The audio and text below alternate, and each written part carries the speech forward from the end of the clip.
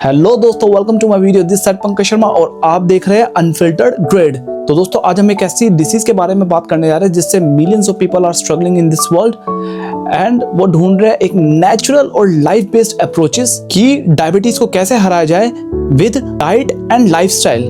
Diabetes एक ऐसी बीमारी जिससे इस विश्व में बहुत सारे लोग परेशान हैं। तो इसी के रिगार्डिंग आज हम बात करने वाले एक अंकल से जो जर्मन सर्टिफाइड न्यूट्रिशनिस्ट हैं और जिनको आपने मेरी वीडियो में पहले भी कई बार देखा हुआ है और आयुर्वेदा के बारे में वो बचपन से बहुत इंटरेस्टेड है। उन्होंने ये ज्ञान अपनी फैमिली से प्राप्त किया है। ये 65 प्लस कंप्लीटली हेल्दी और हाईली डिसिप्लिन है जब बात आती है डाइट पे और लाइफस्टाइल पे। आज हम इनसे जानेंगे how to beat diabetes with diet and lifestyle. जैसा कि आपको पता है, मेरा चैनल अनफिल्टर्ड ग्रिड है और इस पे जो इन्फॉर्मेशन पास की जाती है वो अनफिल्टर्ड होती है और ऐसे पर्सन के थ्रू होती है जिन्होंने अपने जीवन में कुछ करा है और वो रिफ्लेक्ट भी होता है। तो हमारे सामने एक लाइव एग्जांपल है जो कि 65 प्लस है और हेल्दी है without any disease and he will share with you his knowledge. तो दोस्तों, पहले मैं अंकल के बारे में थोड़ा बता देता हूँ। अंकल एक कश्मीरी पंडित है और ये सर्टिफाइड जर्मन न्यूट्रिशनिस्ट है, प्लस इनका जो आयुर्वेदा है उसमें भी अनुभव काफी अच्छा है। जैसा कि मैंने आपको बताया, इन्होंने अपनी फैमिली से भी बहुत ज्ञान प्राप्त किया है। अंकल जी अपनी कहानी बताएंगे। कश्मीर से जर्मन तक का सफर अंकल कैसा आपका रहा? आप कश्मीर से जर्मनी आपने क्यों सोचा आने के लिए? थोड़ा सा उसके बारे में बताओ। कश्मीर से जर्मनी का कोई खास उसका वो ही नहीं है। हाँ, वो तो ऐसे ही बस चल पड़े तो चल पड़े, जिधर वो आया, जहाँ जहाँ लाया गो विद द फ्लो। हाँ, गो विद द फ्लो। अच्छा, एक बात बताओ, न्यूट्रिशनिस्ट की पढ़ाई और आयुर्वेदा का ज्ञान आपने कैसे जोड़ा? Nutritionist is a part of all kind of medicine but it's not a doctorate। तो न्यूट्रिशनिस्ट का काम आपका स्वास्थ्य जो है वो उसको देखना होता है कि आप स्वस्थ कैसे रह सकते हो as long as you live। और अगर आपके देह काया में कोई किसी प्रकार की कोई परेशानी है, कोई बीमारी है, तो उसको अपने आयुर्वेदिक स्टाइल से या प्राकृतिक तरीके से उसको कैसे आप जो है उससे कम कर सकते हो, स्वास्थ्य आप अच्छा कर सकते हो। ओके, तो अंकल जी आप आसान भाषा में बताइए कि डायबिटीज क्या होती है? डायबिटीज से मधुमेह, ये ब्लड में शुगर का लेवल जो बढ़ जाता है तो उससे होती है। ये बेसिकली क्या है कि जैसे धनवान लोग होते हैं वो चटपटा और बड़ा रिच खाना खाते हैं जिसको आप तामसिक खाना भी कहते हो। एक तो उनसे होती है क्योंकि वो लोग उनकी मूवमेंट कम होती है because they are rich, so their movement is less. एक कारण ये होता है। दूसरा, अभी आज के युग में लोग बाग फ्रिज का खाना, पहले से पका हुआ खाना और इन सब चीज़ों में क्या है कि बाय द टाइम उसके अंदर ना ये विशेष प्रकार का केमिकल पैदा हो जाता है जिससे आपको डायबिटीज होने के चांसेस रहते हैं। कई लोगों को फिर तुम्हें पता ही है कि वो माता पिता या पीछे से आ जाती है, जो जेनेटिक्स कहते हैं, वो जेनेटिक बोलते हैं उसको। बाकी मोस्टली आप खाना कब खाते हो, क्या खाते हो, कैसे खाते हो, नंबर 1। नंबर 2, आपकी मूवमेंट्स वगैरह कैसी हैं, इन चीज़ों पे काफ़ी डिपेंड करता है, उसी से होती है basically.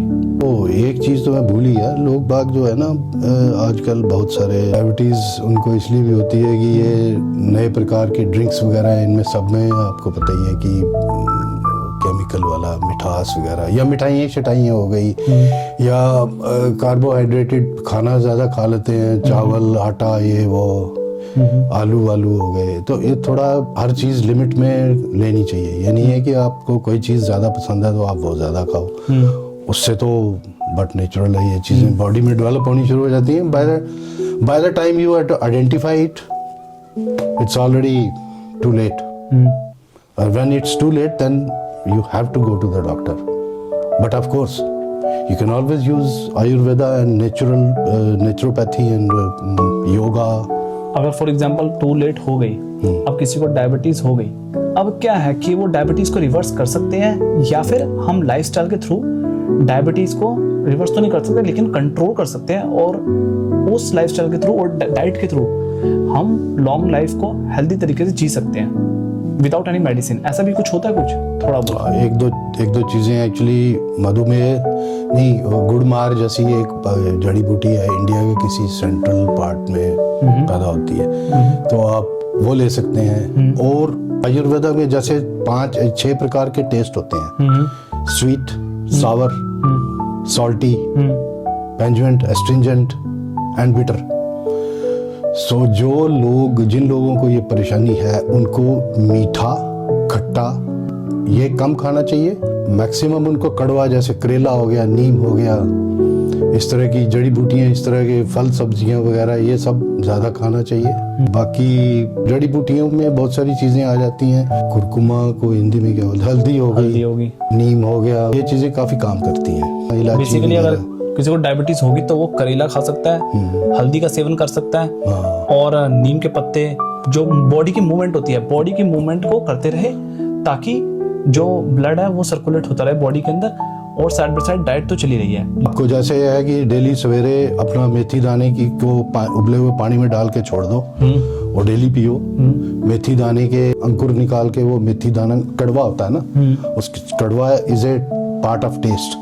It is very very much important to cut down your diabetes. Okay, ठीक है। और खट्टेपन से एक्चुअली जो खट्टी चीजें होती हैं उसके अंदर मिठास भी होती है, वो आपको डायबिटीज को ट्रिगर करती है, इसलिए खट्टी चीजें कम खानी चाहिए। कड़वा और उमामी या कसाला, इस तरह के खाने, कसाला जैसे मैंने बताया, ये जड़ी बूटियां हो गई और आपके मसाले वाले हो गए, ठीक है नहीं। तो अंकल जो दोषा होता है हमारी बॉडी में, पित्त, वता और कापा, उससे भी कुछ रिलेटेड होती है? हाँ बिल्कुल होता है। तो फिर क्या जो लोग कापा होते हैं ना, वो थोड़े लेथार्जिक होते हैं, वो थोड़े चटेरू टाइप भी होते हैं, तो उनकी मूवमेंट्स कम होती है, लेकिन उनका खाने में इस तरह की चीजें होती हैं जो उनको नहीं खानी चाहिए। और मोस्टली जिनको डायबिटीज होती है वो मोस्टली आपके कापा दोषा वाले होते हैं। उनको अपने दोषा को बैलेंस करने के लिए, ताकि उनके अंदर वाता और पिता बराबर आ जाए, उसके लिए उनको मिर्च मसाले और कड़वे कसाले खाने जो हैं वो करना पड़ेगा, क्योंकि उनका डाइजेस्टिव सिस्टम भी थोड़ा स्लो होता है, वो खुद भी स्लो होते हैं। जो कापा के होते हैं? कापा इज ए पृथ्वी दोषा। ओके, अगर किसी को टेस्ट करना हो कि हम किस दोषा में आते हैं, कापा, वता या फिर पिता, तो वो किस तरीके से टेस्ट कर सकते हैं कि हमारा बॉडी टाइप क्या है? That's very easy.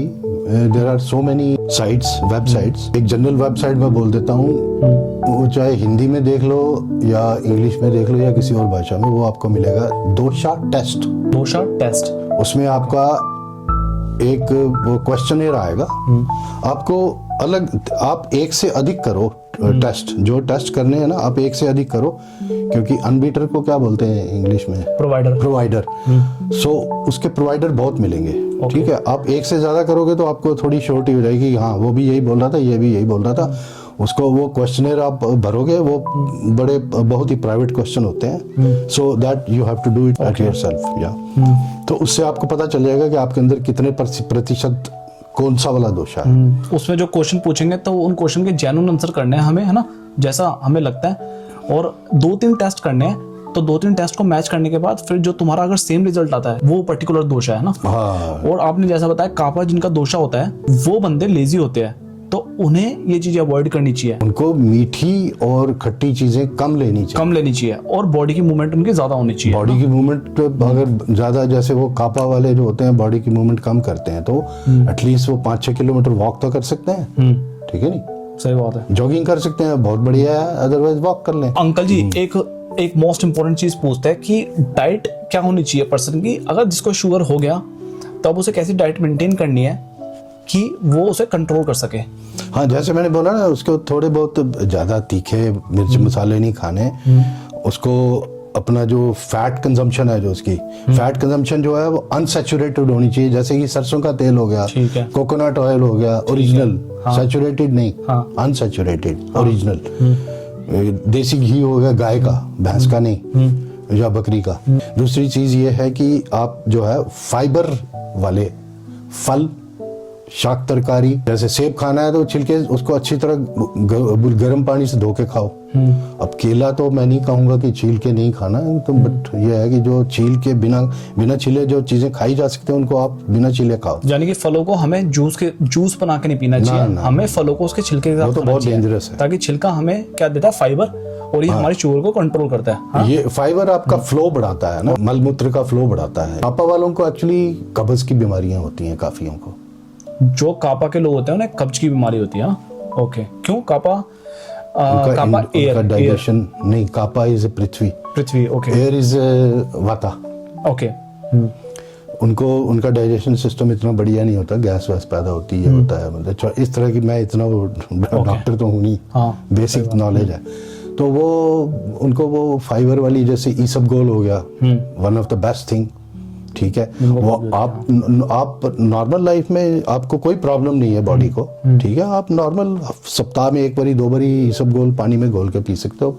यानी कि इससे आपका ये डायबिटीज के लिए अपना फाइबर होना चाहिए, और फाइबर की डाइट होनी चाहिए, अनसैचुरेटेड फैट होना चाहिए, देसी घी और देसी सरसों के तेल, सरसों का तेल हो गया, तिली का तेल हो और गया, स्पाइसेस हो गए, फिर आपकी वो जड़ी बूटियां हो गई। अगर आप डेली सवेरे उठ के तांबे के गिलास का, जिनको डायबिटीज है, बट मेक श्योर दैट तांबे का गिलास जो है वो साफ है डेली, क्योंकि उसमें वो हरा सा जम जाता है ना, तो क्लीन करके उसे अच्छे से उसको रात को पानी को डाल के रख दो, सवेरे पी लो। नींद गर्म हो तो ज्यादा बढ़िया है, ठंडा पीना तो ठंडा पियो। बट यह है कि जब फाइबर वगैरह लोगे, जैसे आटा, मतलब नान की जगह रोटी खाओगे तो रोटी में फाइबर होता है, नान में बिल्कुल नहीं होता, तो वो रोटी का फाइबर जो है वो फ्लो बढ़ा देता है। ओके, वो वही काम करेगा जो ईसबगोल करता है। दालें हो गई, छिलके वाली खाओ, दूसरी भी खा सकते हो, बट बीच में छिलके वाली भी खाओ, ताकि वो कोशिश करो कि तुम्हारे खाने में फाइबर हो। एग्जैक्टली। तो अंकल, अब बेसिकली बात करते हैं लाइफस्टाइल टिप्स की। तो लाइफस्टाइल टिप्स में आप क्या बताना चाहते हो कि हमें कैसी लाइफस्टाइल मेंटेन करनी चाहिए? आपका तो मुझे पता है कि आप जो करते हो वो मैंने ऑलरेडी कई बार बता रखा है, पर जनरली जिनको है वो कैसे कर सकते हैं अपनी लाइफस्टाइल को मेंटेन? हाँ, जिनको डायबिटीज की परेशानी है उनके लिए तो ये बेस्ट यही है कि उनको सवेरे कोशिश करनी चाहिए कि जो भी हो जाए सवेरे उठ के अपना दिनचर्या निपटाओ। सबसे पहले जो इम्पोर्टेंट दिनचर्या, इसके बाद आप पानी वानी पियो जो भी है, फिर घूमने फिरने, चाय कॉफी जो भी पीनी है आप नाश्ता करना करो। अगर आप प्रॉपर जो डीप स्लीप वाले बंदे होते हैं उनके लिए तो ये 4 घंटे बहुत है, और 4 घंटे की नींद में आपको किसी प्रकार की बीमारी लगने के चांसेस कम है। और जो लोग ठीक से सो नहीं पाते ना, उनके लिए तो प्रॉब्लम है। जिनको प्रॉब्लम है उनको तो धूम्रपान निषेध, उनके लिए धूम्रपान निषेध। अल्कोहल आप अगर नहीं छोड़ सकते हो तो शाम को आप ले लो, 1-2 पैग मार लो। मेरे को तो परेशानी नहीं है, मैं तो एक पटियाला मारता हूँ डेली, लेकिन मैं सवेरे व्यायामशाला भी जाता हूँ, तो मेरा तो बराबर हो जाता है। तो ये बताओ, ये बहुत इंपॉर्टेंट है, ये तो बहुत इंपॉर्टेंट है, क्योंकि लोग फिर क्या करेंगे कि पैग शैग मारने के बाद आराम से लेट गए, लेकिन उसके बाद हमें क्या करना है वो मैटर करता है। क्यों? वो तो भाई आप कोई चीज ले रहे हो, इनटेक ले रहे हो, तो उसको डाइजेस्ट करने के लिए आपके पास कोई और फार्मूला होना चाहिए। मेरा फार्मूला है कि मैं सवेरे उठ के चला जाता हूँ व्यायामशाला, तो थोड़ा व्यायाम कर लिया। जिस दिन व्यायामशाला नहीं जा पाए किसी भी कारणवश, उस दिन थोड़ा वॉक कर ली 5, 6, 7 किलोमीटर।